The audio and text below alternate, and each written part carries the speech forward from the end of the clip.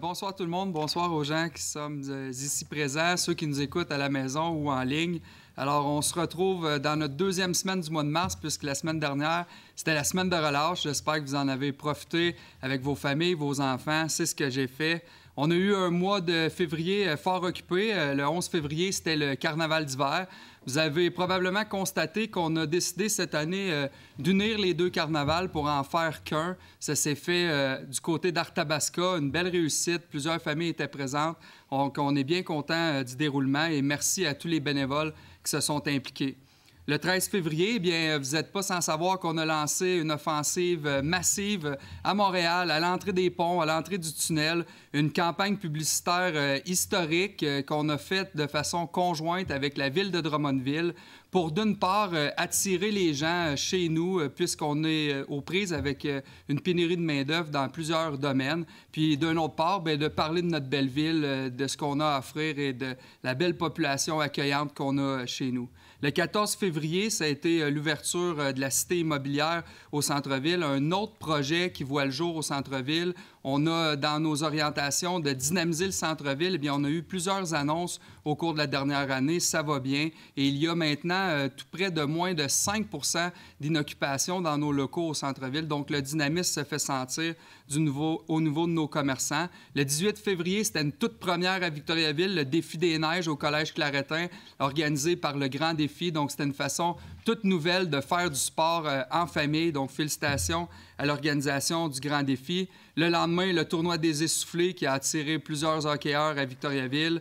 Le 22 février, le 40e anniversaire de la Manne, qui est au centre-ville depuis de nombreuses années, qui a lancé une nouvelle bière faite sur le principe d'économie circulaire. Donc, vous pouvez vous en procurer à la Manne. Et le 27 février, bien, c'était toutes les activités en lien avec la semaine de relâche un peu partout à Victoriaville.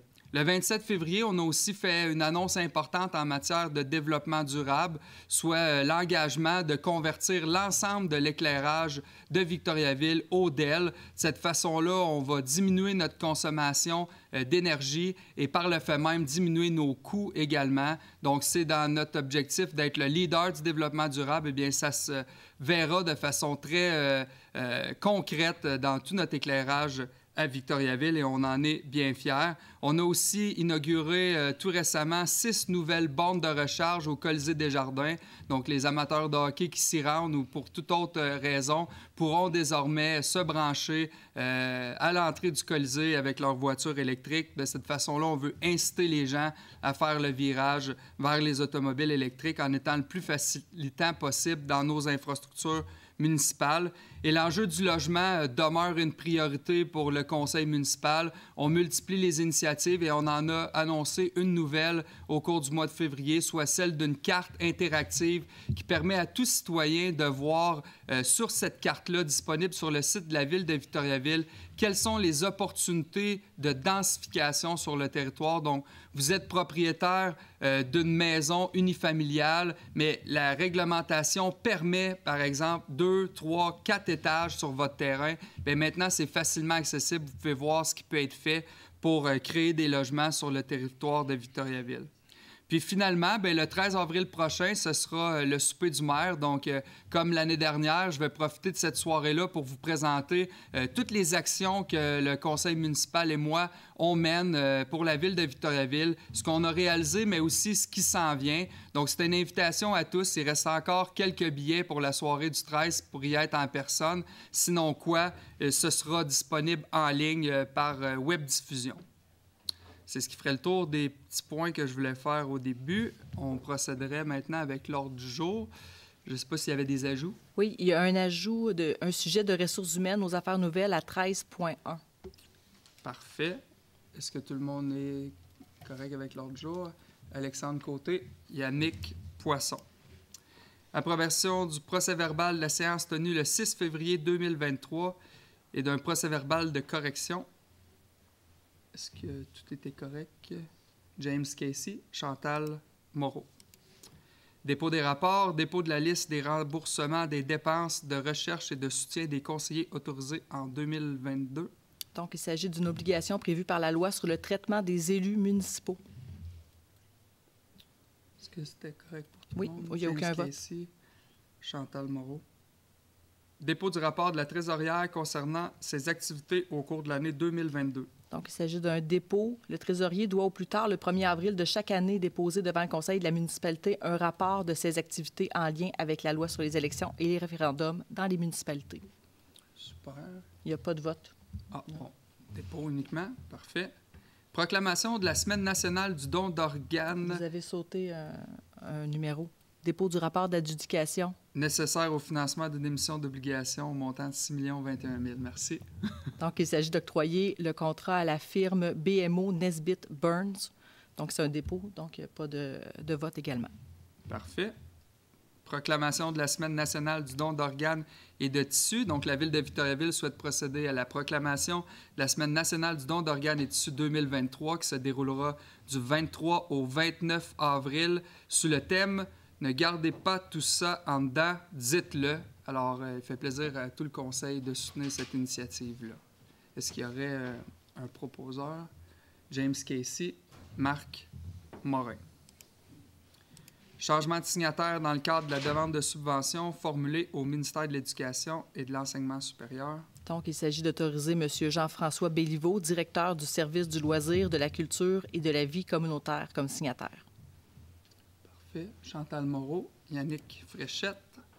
Demande d'aide financière à être formulée auprès du ministère des Transports et de la Mobilité durable.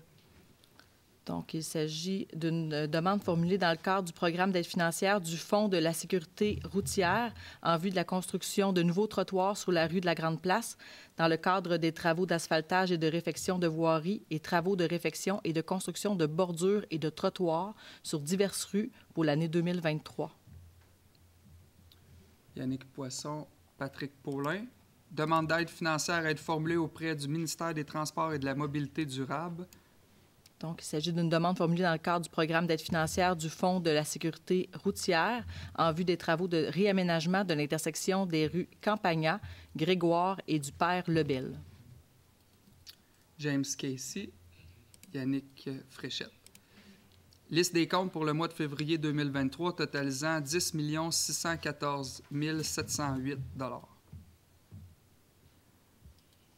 Patrick Paulin, Benoît Gauthier. Affectation d'une partie de l'excédent de fonctionnement afin de pourvoir à diverses dépenses.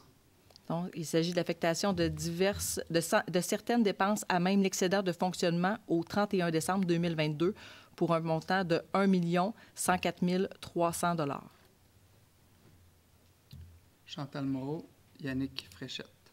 Autorisation d'effectuer, d'affecter ou de libérer des dépenses à être financées par les activités de fonctionnement, l'excédent de fonctionnement, les revenus de transfert et les emprunts de la municipalité. Il s'agit d'un ajustement du budget pour la mise à niveau de la station de pompage Poliquin. Yannick Poisson, Benoît Gauthier. Recommandation du comité LVC, sous-comité d'analyse de soutien aux partenaires concernant les demandes d'aide financière. Donc, il s'agit d'octroyer des subventions pour un montant total de 74 420 $. James Casey, Chantal Moreau. Autorisation de dépenser dans le règlement d'emprunt parapluie 1433-2021. Il s'agit d'une dépense de 600 000 $ pour la mise à niveau des pompes d'affluents.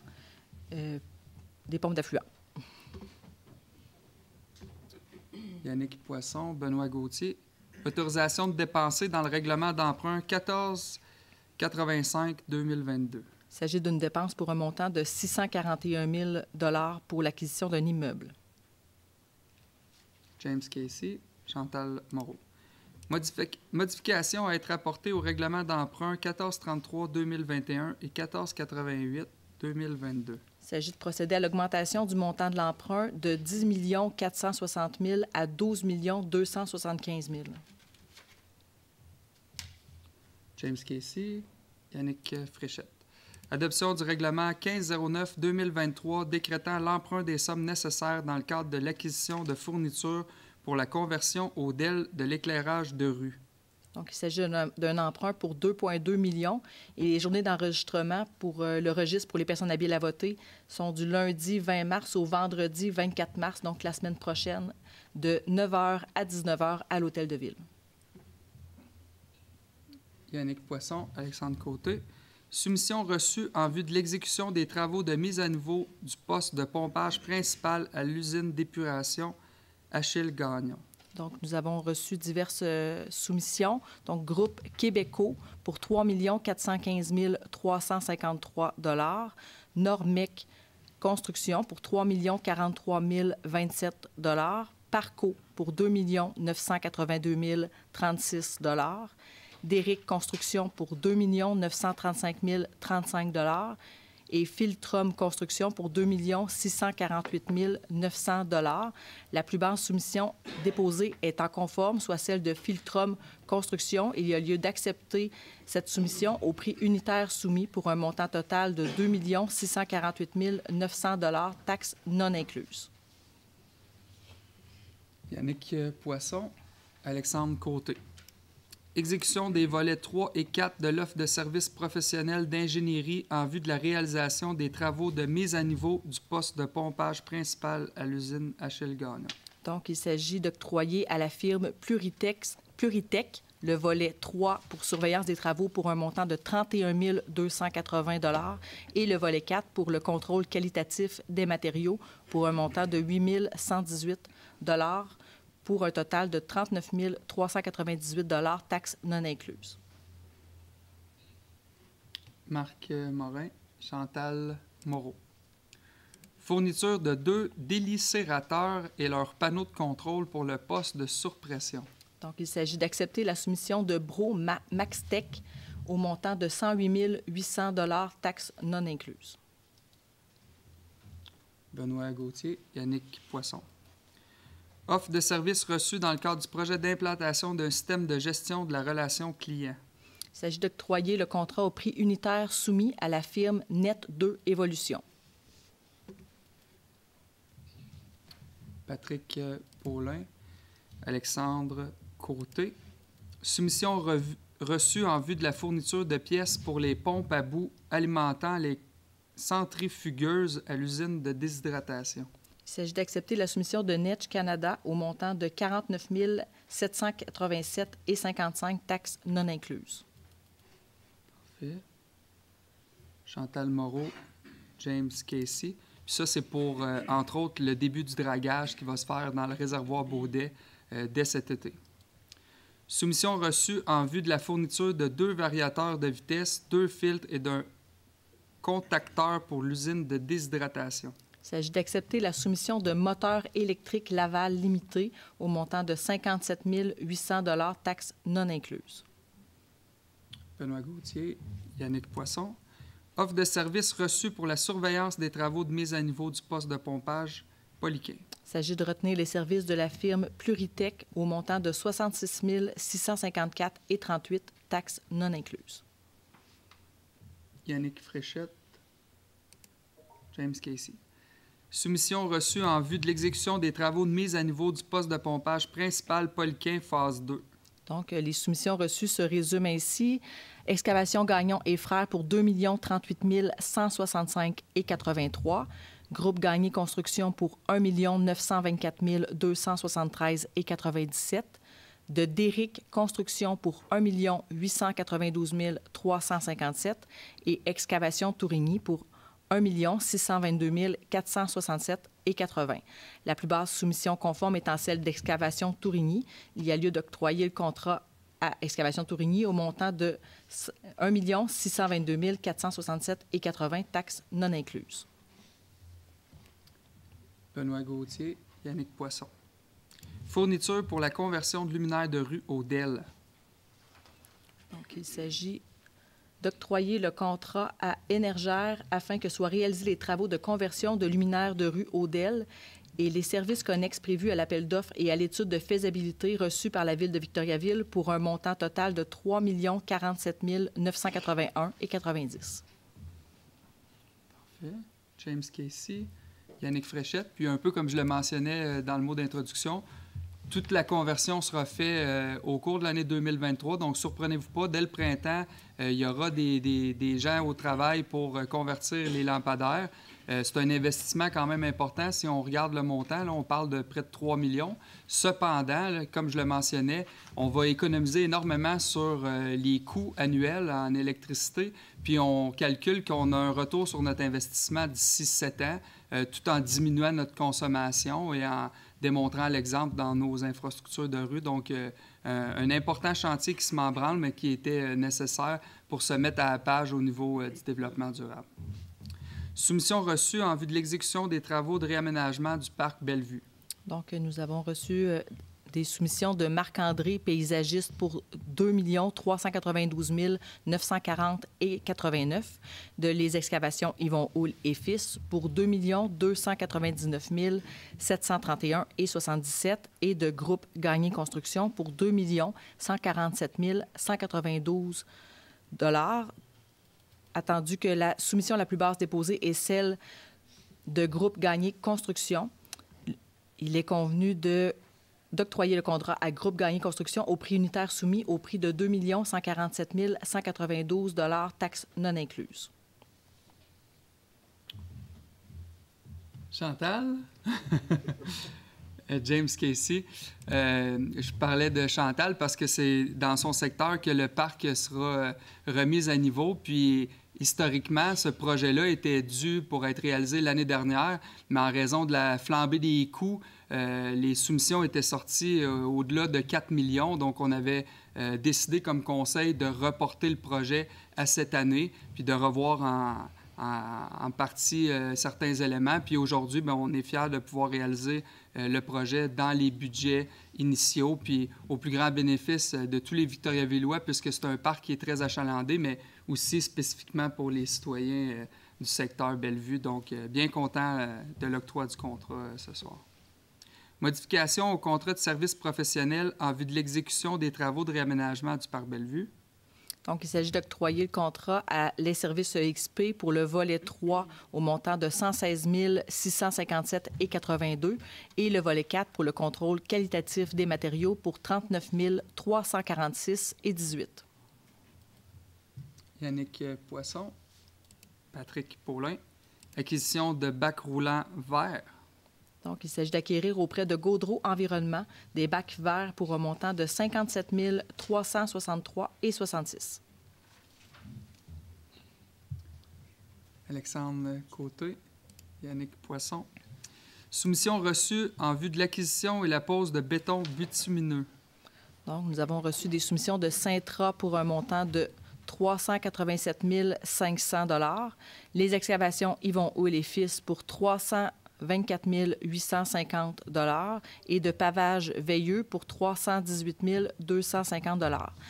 La plus basse soumission conforme reçue étant celle de Pavage Veilleux.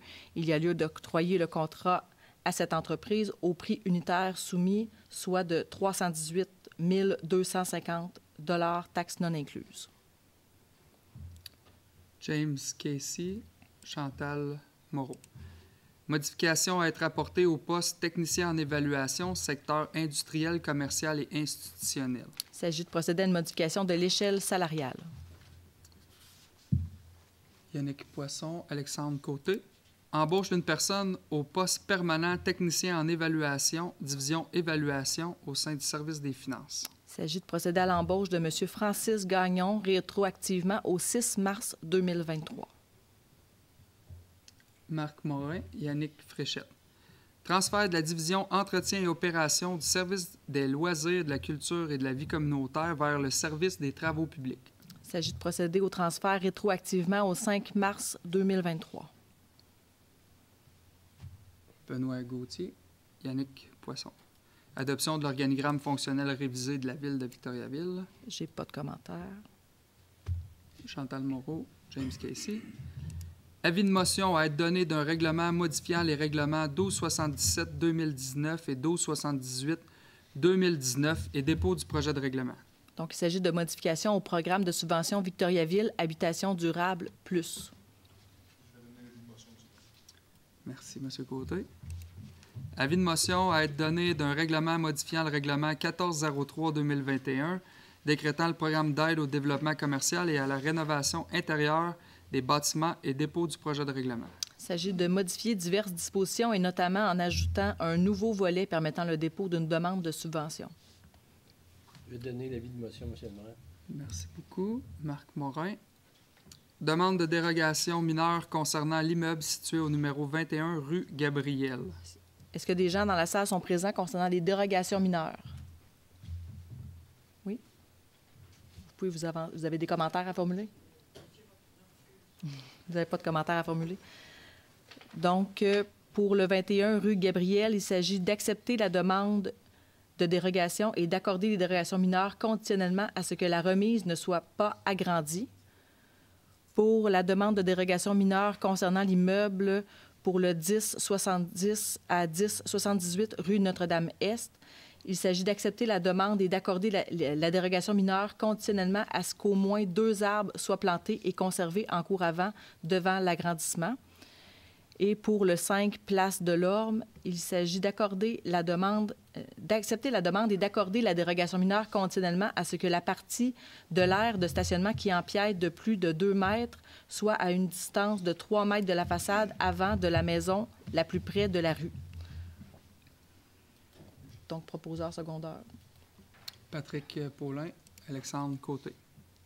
Rapport du comité consultatif d'urbanisme de la ville de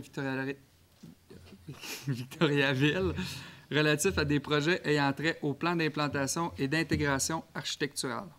Donc, voici la liste. Les entreprises IMO-CP pour le 280 à 293 rue Notre-Dame-Est, de 92-23-2057 Québec Inc.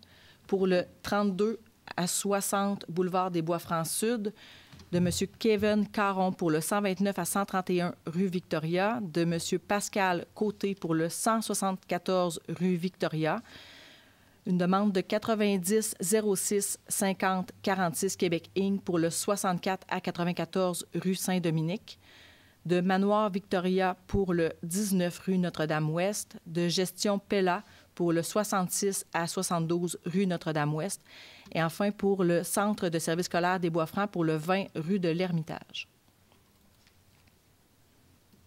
Parfait. Yannick Poisson, Benoît Gauthier.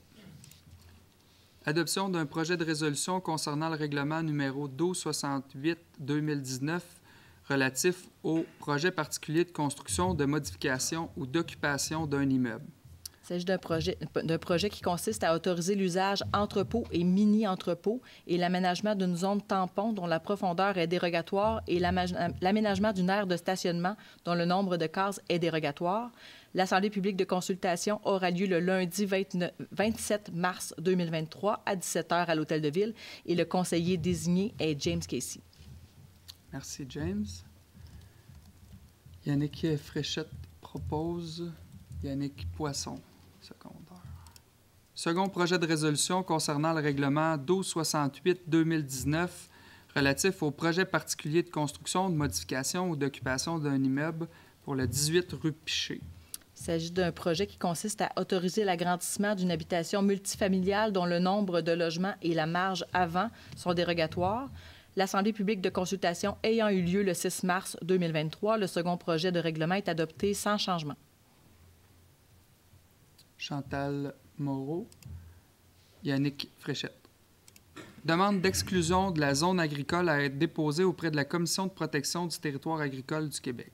Il s'agit d'indiquer à la Commission de protection du territoire agricole du Québec que la Ville de Victoriaville approuve la demande formulée par la ferme Porpotec. Yannick Poisson, Patrick Paulin. Adoption du second projet de règlement numéro 1508-1-2023 modifiant le règlement de zonage 1261-2019. C'est un règlement qui vise à agrandir la zone mixte M423 à même la zone habitation H110 et à modifier le plan des contraintes anthropiques et naturelles. Il s'agit de terrains situés au coin des rues Notre-Dame-Ouest, des zones et des pommiers. L'Assemblée publique de consultation ayant eu lieu le 6 mars 2023, le second projet de règlement est adopté sans changement. Chantal Moreau, Marc Morin. Adoption du règlement 1507-2023 modifiant le règlement 1260-2019. Donc, c'est un sujet ça va être le sujet précédent. Donc, l'Assemblée publique de consultation ayant eu lieu le 6 mars 2023 et les modifications réglementaires n'étant pas soumises aux personnes habiles à voter, le règlement est adopté. Yannick Poisson, Benoît Gauthier.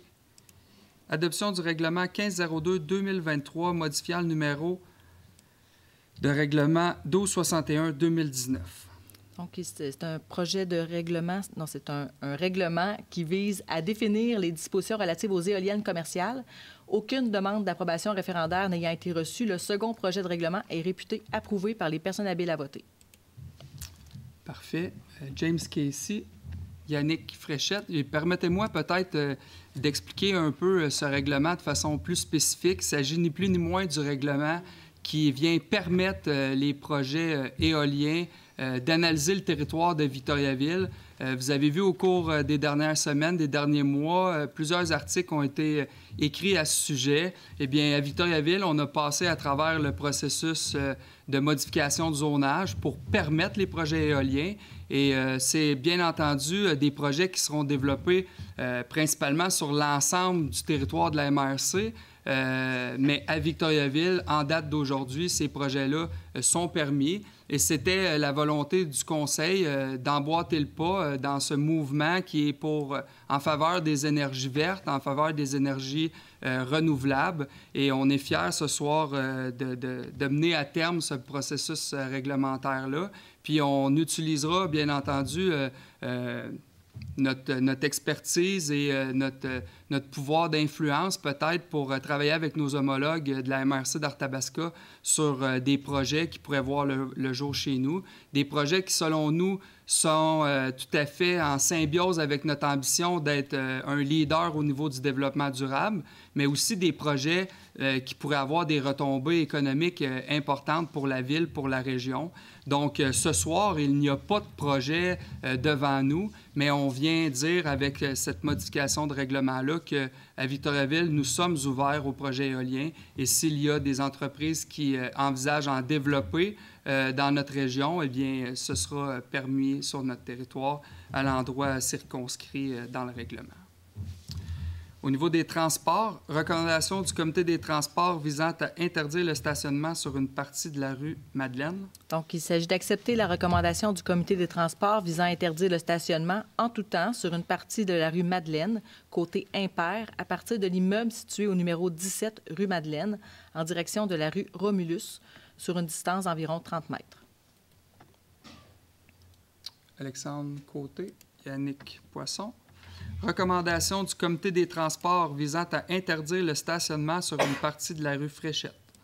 Donc, il s'agit d'accepter la recommandation du Comité des transports visant à interdire le stationnement en tout temps sur une partie de la rue Fréchette, côté pair et impair, à partir de la rue Désirée en direction de la rue Saint-Félix, sur une distance d'environ 30 mètres. James Casey, Yannick Fréchette. Recommandation du Comité des transports visant à interdire le stationnement sur une partie de la rue Félix-Leclerc. Donc, il s'agit d'accepter la recommandation du Comité des transports visant à interdire le stationnement en tout temps sur une partie de la rue Félix-Leclerc, côté impair, entre les rues du Parc et Chagnon. Yannick Poisson, Alexandre Côté. Fermeture de rue en vue de la tenue de l'événement Ride de la Fondation. Donc, il s'agit de décréter la fermeture d'une partie de la rue Notre-Dame-Est entre le boulevard des Bois-Francs Nord et la rue Saint-François le samedi 3 juin 2023 de 13h30 à 23h dans le cadre de la tenue de cet événement. Yannick Poisson, Benoît Gauthier. Fermeture de rue en vue de la tenue de l'événement épique Coupe de feu. Donc, il s'agit de décréter la fermeture de la voie d'accès à la rue Garand sur la route de la Grande Ligne, ainsi que la fermeture des rues Dubois et Garand le samedi 10 juin 2023 de 7h à 16h pour la tenue de cet événement. Parfait. James Casey, Yannick Fréchette. Fermeture de rue en vue de l'événement Bonjour Printemps.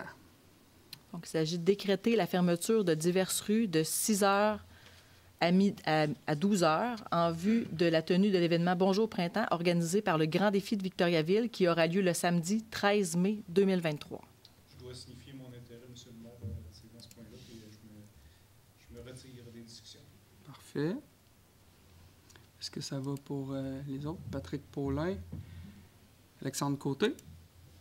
Affaires juridiques, processus d'acquisition d'un immeuble dans le cadre du programme particulier d'urbanisme du centre-ville.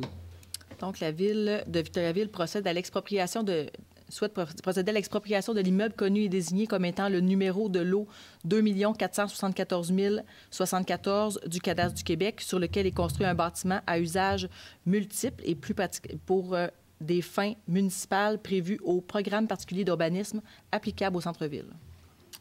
Merci, Rosanne. Donc, pour donner un peu plus d'explications dans ce dossier-là, le dossier dont on parle, c'est le Mykonos. Pour les membres du conseil et moi-même, cette situation a assez duré. Ça fait plusieurs démarches qu'on entame avec le propriétaire de l'immeuble pour se conformer à nos règlements. Puis ce soir, ce qu'on vient faire, c'est ni plus ni moins que se donner les outils pour pouvoir procéder à l'expropriation. Donc, le service juridique va utiliser tous les recours dont il a droit pour qu'on puisse ultimement en venir à être les propriétaires de ce terrain-là, puis développer d'autres projets en temps et lieu. Donc, vous n'êtes pas sans savoir que ce dossier-là traîne en longueur depuis maintenant plusieurs mois, plusieurs années. Puis, on a aujourd'hui la possibilité, par l'entremise de pouvoirs qui sont octroyés aux municipalités, de procéder de cette façon-là. Alors, c'est ce qu'on vient faire ce soir. Acte de cession d'un droit d'usage... Ça va prendre un seconde. Ah oui. James Casey, Yannick Fréchette. En effet. Acte de cession d'un droit d'usage alinéable sur l'immeuble situé au 83 rue Saint-Jean-Baptiste. Il s'agit d'un acte pour régler l'empiètement d'une rampe d'accès. Yannick Poisson, Alexandre Côté. Entente à intervenir entre la Ville de Victoriaville et Nature Avenir. Il s'agit d'une entente relative à la gestion du projet de compensation afin de sécuriser l'approvisionnement en eau potable du réservoir Baudet pour une période de 6 ans, se terminant au plus tard le 28 décembre 2028. Marc Morin, Yannick Fréchette. Entente de compensation à intervenir entre la Ville de Victoriaville et Ferme EMS Gosselin. Donc, il s'agit d'une entente à intervenir relativement à la perte de terrain et de bénéfices découlant de la culture de fourrage pour les animaux de ferme dû aux travaux effectués dans le cadre de la restauration du réservoir Baudet. Patrick Paulin, Benoît Gauthier. Assujettissement d'un immeuble au droit de préemption. Donc, il s'agit d'assujettir au droit de préemption le lot numéro 2 474 072 pour des fins d'habitation. Chantal Moreau, James Casey. Convention d'aide financière à intervenir entre la Ville de Victoriaville et le ministère des Transports et de la Mobilité durable. Donc, il s'agit d'une demande de subvention dans le cadre du programme d'aide à la voirie locale, volet redressement. Patrick Paulin, Yannick Poisson. Entente de subvention à intervenir entre la Ville de Victoriaville et le ministère de l'Environnement, de la lutte contre les changements climatiques, de la faune et des parcs. Il s'agit d'une entente de subvention pour la réalisation de mesures du plan de réduction des émissions de gaz à effet de serre et du plan d'adaptation au changement climatique 2022-2032 de la Ville de Victoriaville. Alexandre Côté, Chantal Moreau. Affaires nouvelles, on avait un autre point. Donc, suspension d'un employé municipal. Yannick Poisson, Benoît Gauthier. Intervention des membres du conseil. Est-ce qu'il y avait quelque chose à signaler? Patrick? Si je peux me le permettre, on est au mois de mars. Donc, simplement rappeler à la population que du 19 au 25 mars prochain se déroule la Semaine québécoise de la déficience intellectuelle, qui sera proclamée a posteriori par la Ville de Victoriaville et de nombreuses municipalités au centre du Québec au mois d'avril. Mais là, c'est du 19 au 25 mars. Que se tient cette semaine. Donc, j'invite tous nos citoyens à aller à la rencontre des personnes qui vivent avec une déficience intellectuelle et de s'enquérir. Monsieur le maire, on a visité une usine il n'y a pas très longtemps, l'entreprise CETAL, qui fait une place à toutes les personnes ayant une déficience, notamment déficience intellectuelle. Donc, ce sont des gens qui nous entourent, qui travaillent, qui vivent, qui aiment, qui jouent, qui rient dans notre société. Allez les rencontrer, faites leur connaissance et vous allez voir tout le potentiel. Merci beaucoup. D'autres interventions? Ça va? On serait rendu à la période de questions? Oui. Donc, on a maintenant le nouveau règlement qui est en vigueur. Donc, les interventions ne doivent pas dépasser 3 minutes. Donc, toute intervention, toute personne qui se présente au micro, c'est 3 minutes maximum. Il y a des gens qui sont arrivés après la prise de nom pour la période de questions. Donc, est-ce qu'il y a des gens qui souhaitent poser des questions? Est-ce qu'il y a des gens qui se sont ajoutés?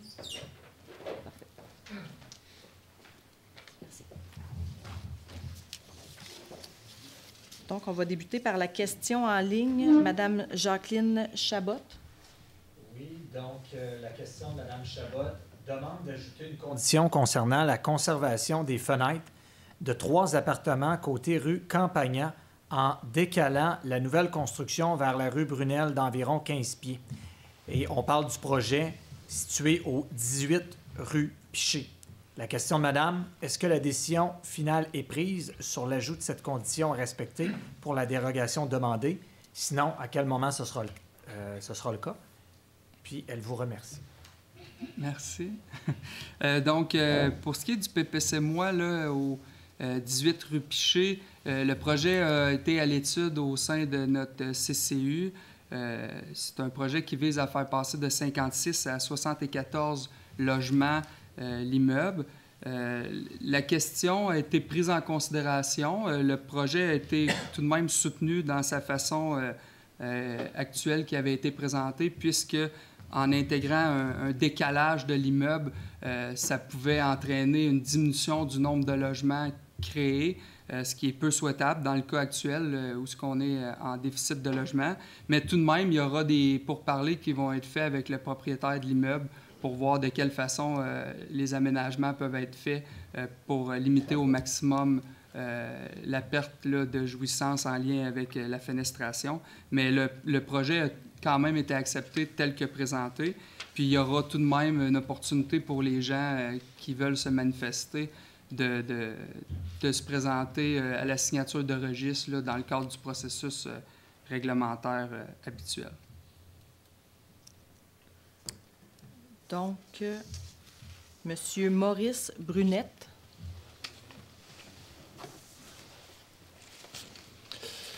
On m'a dit qu'il fallait être protocolaire. Alors, mesdames et messieurs, conseillers, conseillères, concitoyens, le but de ma présence ici ce soir, c'est un petit peu pour signaler mon insatisfaction suite à la hausse de taxes qu'on a reçue pour 2023. J'ai pris connaissance de la documentation qui était sur le site de la Ville, la lettre qu'on a reçue explicative qu'on avait une taxe de 3 toutes taxes confondues. J'ai même pris sur le site un exemple d'une résidence qui avait une valeur d'environ 245 000 et qui représentait une augmentation de taxes d'environ 85 $.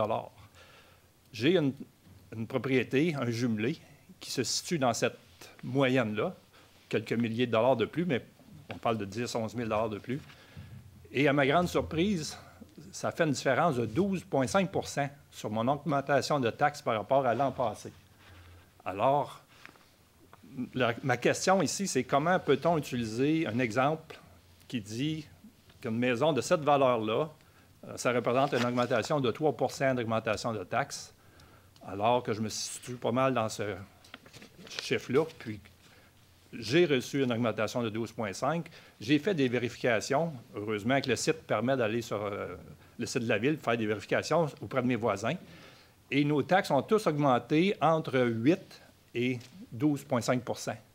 Alors, si c'est vrai pour moi, j'ose croire, messieurs, mesdames, les concitoyens, vérifiez votre compte de taxes, ça me surprendrait que les vôtres n'ont pas augmenté d'autant. Alors, j'aimerais bien comprendre pourquoi dans le taux résidentiel, on a un seul taux qui est le 0,815, okay, toute valeur confondue, pour justement respecter la possibilité ou les moyens des citoyens de, justement, nous aussi, on fait face aux augmentations des coûts de la vie. Je suis un jeune retraité, je suis privilégié, on va le dire, mais malheureusement, je n'étais pas fonctionnaire, donc ma pension n'est pas indexée. Alors, si tout ce que j'ai à payer subit des augmentations de 12 % cette année, je ne suis pas sûr qu'on s'en va dans la bonne direction en tant que concitoyen. Alors, comment expliquer une hausse de 12 % sur un compte de taxes d'une résidence d'environ une valeur de 250 000 $? Bien, écoutez, je n'ai pas votre dossier particulièrement devant les yeux. Cela étant dit, lorsqu'on parle du 3 % d'augmentation, c'est une moyenne parce que cette année, on est en dépôt de rôle. Donc, ce qui veut dire, c'est que toutes les maisons, les commerces, les industries du territoire ont été évaluées. Puis la moyenne d'augmentation des valeurs était de 32 %. Donc, nous, ce qu'on a fait, c'est qu'on a diminué le taux de taxation basé sur cette moyenne de 32 % pour qu'au final, l'augmentation se limite à 3 %. Maintenant, si vous avez eu une augmentation de 12 %, c'est probablement parce que votre maison a eu une augmentation de valeur au-dessus de 32 %. C'est le cas chez certains citoyens. Vous n'avez pas tort. Il y en a qui, si leur maison a augmenté de 40, 45, 50 % de valeur, ils vont avoir des augmentations de plus de 3 %. Inversement, si des gens ont vu leur maison augmenter de 20, 25 % au lieu de 32 % bien, eux vont voir des diminutions de taxes. Puis c'est une formule qui est imparfaite dans une année de dépôt de rôle parce que les valeurs ne sont pas les mêmes dépendamment des secteurs, dépendamment des quartiers, dépendamment de la valeur des ventes de maisons dans ces coins-là. Donc, oui, c'est des choses qui peuvent arriver, là. Je ne mets pas en cause ou en doute l'évaluation qui a été faite par l'évaluation foncière. C'est vrai que le prix des maisons a augmenté, puis le prix qui est spécifié pour ma demeure fait partie justement du contexte actuel.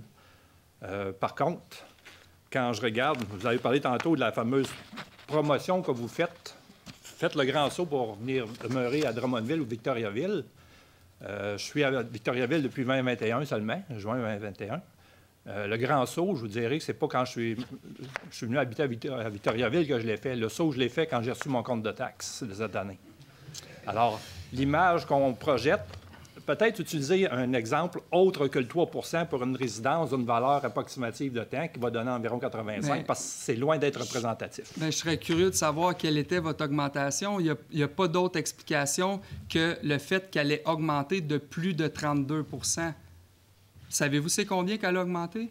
331 $. Oui, mais votre valeur de maison en pourcentage, parce qu'on parle de pourcentage. En pourcentage, bien, l'exemple qui est donné ici, donnez-moi 2 secondes.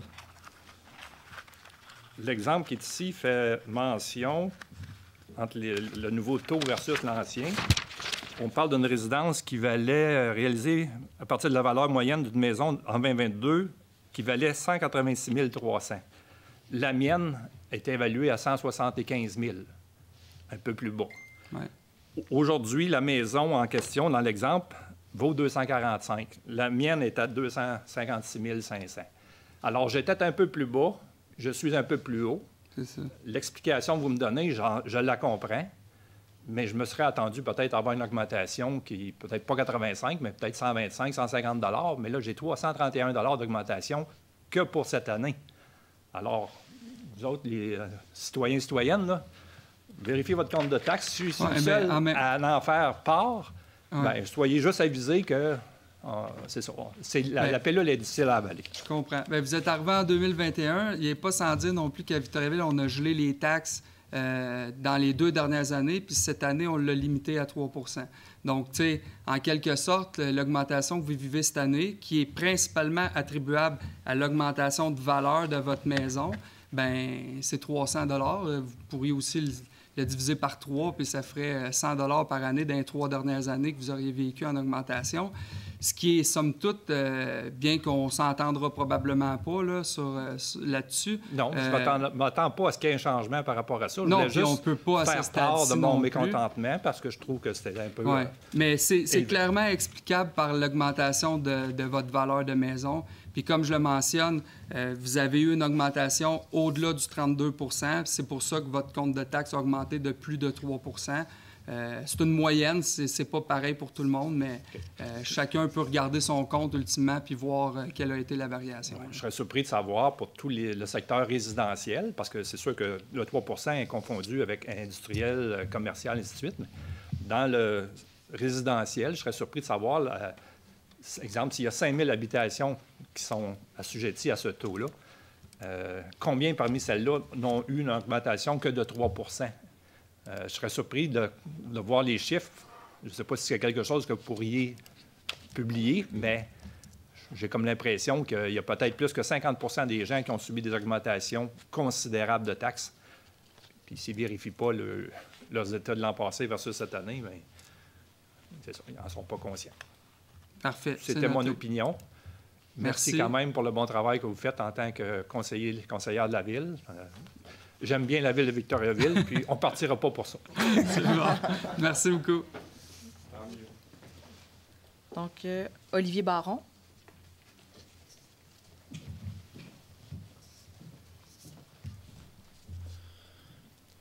Bonsoir, cher conseil. Normalement, j'aurais arrivé à l'heure, mais je ne me suis pas encore habitué au changement d'heure.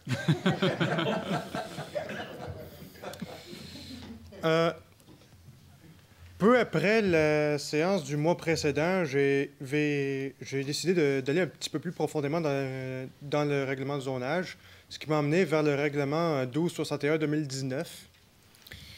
Et en général, il y a des points par-ci, par-là qui, mettons sur le zonage, qui pourraient être améliorés pour rendre la construction de logements plus facile.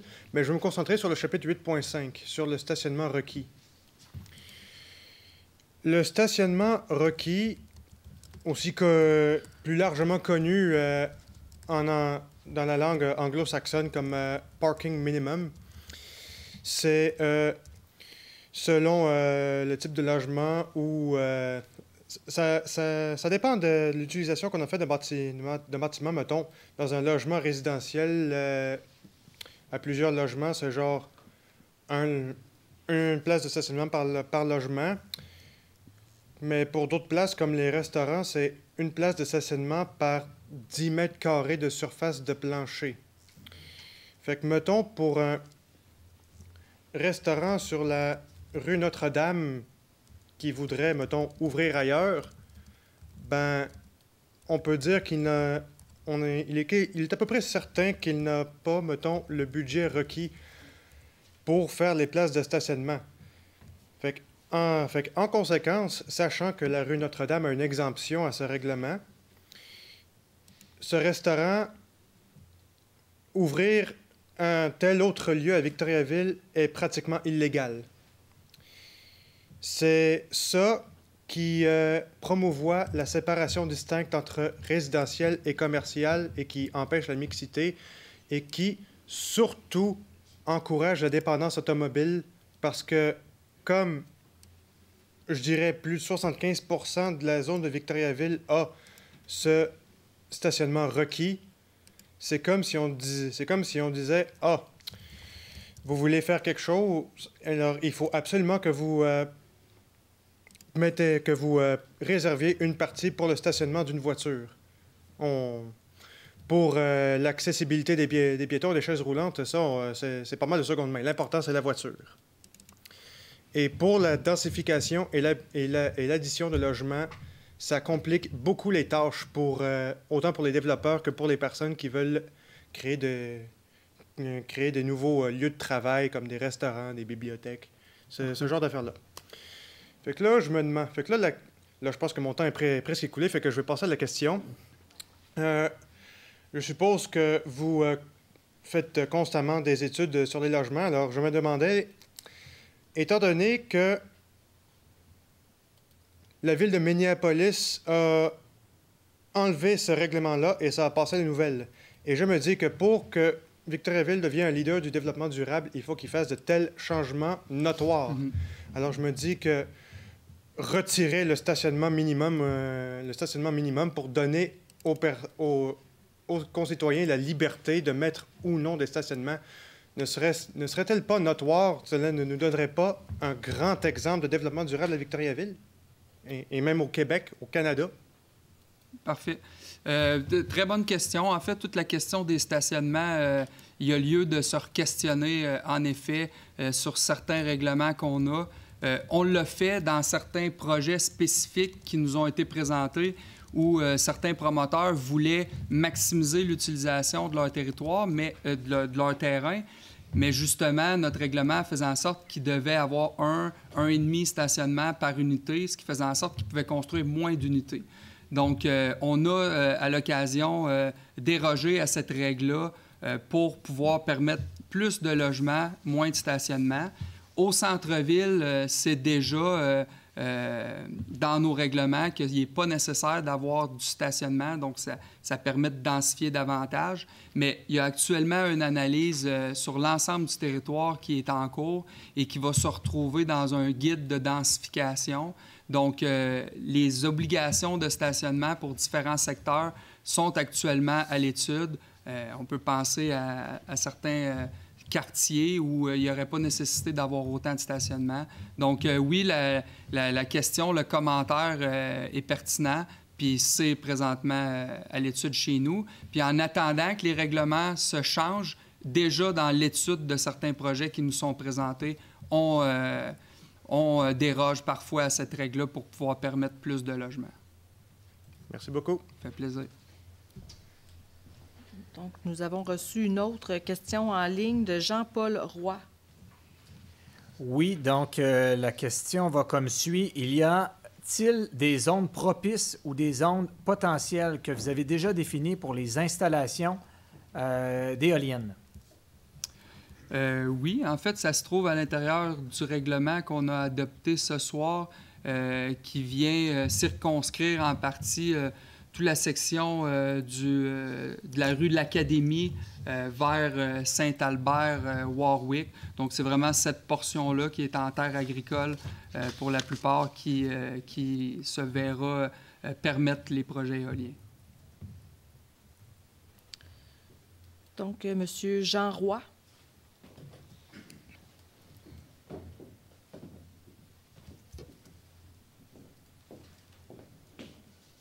Bonsoir. Mon nom est Jean Roy. Je représente le centre équestre et canin Lucky au 1018 de la rue Cartier. Si vous voulez me rejoindre, c'est le 819-460-5228. Alors, je viens à la suite du document que vous avez reçu le 3 de ce mois-ci, que vous allez devoir répondre à des questions en cours supérieure concernant votre refus unanime concernant la dérogation mineure que nous avons déposée et que nous avons été appuyés par le service d'urbanisme de la ville de Victoriaville. La question que je vais vous poser, qui va être là en cours? Bien, justement, considérant que vous avez amorcé un processus judiciaire la semaine dernière, on n'aura pas d'autres discussions en lien avec ce dossier-là, puis ça va se passer... Moi, je vais vous dire qui va comparaître. Puis la lettre disait que vous ne pouvez pas communiquer avec moi d'aucune façon tant que ce n'est pas réglé. Puis là, vous avez payé un huissier puis une avocate pour m'envoyer une petite lettre d'intimidation. Non, regardez, là, je vous l'ai dit, là, c'est depuis 2015. J'ai dit, faites attention à ce que vous faites. Les accusations que vous avez portées contre Jean Roy, j'ai toujours été acquitté. L'abus de pouvoir, l'intimidation, l'harcèlement. Alors là, je vais vous dire qui va devoir comparaître en cour supérieure. Le comité d'urbanisme de Victoriaville, conseiller municipal Michael Provencher, Yannick Poisson, James Cassie, membre citoyen Stéphane Carrière, Michel Patry, Annie Ruland, Raymond Tardy, Alexandre Côté, James Cassie, tous les conseillers. OK, Michael Provencher, je répète. Caroline Pilon, je suis prêt à vous le déposer, là. OK? C'est tout enregistré. Antoine Tardy, Chantal Moreau. Vous êtes à 2 minutes. Benoît Gauthier, qui est enregistré. Marc Morin, Yannick Poisson, Patrick Paulin, l'ancien maire de Victoriaville, André Bellavance, Alain Rayos, Yves Arcan, l'ancien greffe de la ville, la greffière de la ville, Rosanne Roy, Daniel Duchesne, urbaniste, Jean Poirier, urbaniste, Alain Simon. Riez pas, vous ne trouverez pas ça drôle. Hein? On s'en va au code criminel en plus, là, après ça. Là. Kevin Boivin. OK? Ça, c'est un inspecteur en bâtiment. Claude Thibodeau, journaliste du journal La Nouvelle. Bon, ben, De même que par respect pour notre journaliste local, on va mettre tous les fin à la anciens rencontre conseillers depuis 2015 qui ne sont pas ici. recommandation d'Yannick Joanne Poisson. Arsenault, interrompez-moi pas. On vient de lever la séance, M. Roy. Là. Et Il les y a pas de avocates questions, Meggy Côté et Roxane Paradis. Alors, je vous souhaite bonne chance. Merci. OK? Là, il va y avoir des gens qui vont quitter leur emploi, qui vont se Là, ça va faire... être le temps à vous de quitter là, parce que la séance est Puis terminée. la question, c'est pourquoi que vous me mettez en troisième quand j'ai signé en deuxième? Formez tout le temps l'Assemblée, hein? L'Assemblée est terminée. C'est de la justement. démocratie, ça, hein? Bonne soirée. Bonne chance. Merci. Alors, sur ce, je vous souhaite une belle fin de soirée à tous, puis on se retrouve pour la séance du mois d'avril. Merci beaucoup. Bonne soirée.